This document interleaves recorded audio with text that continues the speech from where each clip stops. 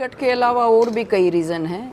आज मैं भारतीय जनता पार्टी के अपने पद से अपने आप को मुक्त करती हूँ और सीखने को बहुत कुछ मिला लगातार, लेकिन एक व्यक्ति विशेष को लाभ देने के लिए विधानसभा की 4 सीटों से कॉम्प्रोमाइज़ कर लिया जाए, ये बिल्कुल नहीं होना चाहिए। और एक ऐसी पार्टी जो दम भरते हैं, विश्व की सबसे बड़ी पार्टी और सबसे ज़्यादा जिसके कार्यकर्ता हैं, उसको तो बिल्कुल भी शोभा नहीं देता।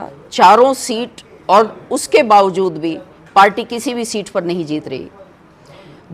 दूसरा आहत इस बात से हूँ कि जहाँ 33% महिलाओं के आरक्षण की बात होती है, वहाँ एक भी महिला को सीट ना दिया जाना एक बहुत बड़ा क्वेश्चन मार्क लगता है पार्टी के सामने। कि मुझे तो बड़ा शौक लगा कि पार्टी 33% आरक्षण की बात करके क्या मैसेज देना चाहती है, जबकि इम्प्लीमेंटेशन तो एक पूरी महिला मोर्चा से 2 ही टिकटें मांगी गई थी, उसमें से एक भी टिकट नहीं दी गई। तो जो पार्टी अपनी बनाए हुए नियमों पे पूरा अपने वादे नहीं करती है, तो वो दूसरों को क्या देंगे, क्या मैसेज वो देना चाहते हैं, मेरी समझ से बाहर है। कौन है वो व्यक्ति? चौधरी ओम प्रकाश धनखड़, जिनको 2019 में उनकी विधानसभा के लोगों ने नकार दिया था। 2019 का चुनाव वो बहुत बुरी तरह से हारे थे, जबकि मुझे समझ में नहीं आता कि 2014 में लोगों ने इतने हर्षोल्लास से जिताकर उनको कृषि मंत्री भी बनाया गया और 2019 में वो हार जाते हैं।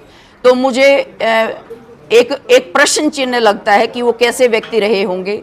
2019 में हारने के बाद 2024 में उनको ऐसे समीकरण बिठाने पड़े कि 4 विधानसभाओं में सारी तीनों विधानसभाओं को साफ करके और अपने फायदे के लिए सारी चीज़ें उन्होंने अपने फायदे के हिसाब से सेट कर ली, लेकिन उसके बावजूद भी उनकी हालत वहाँ बहुत ख़राब है।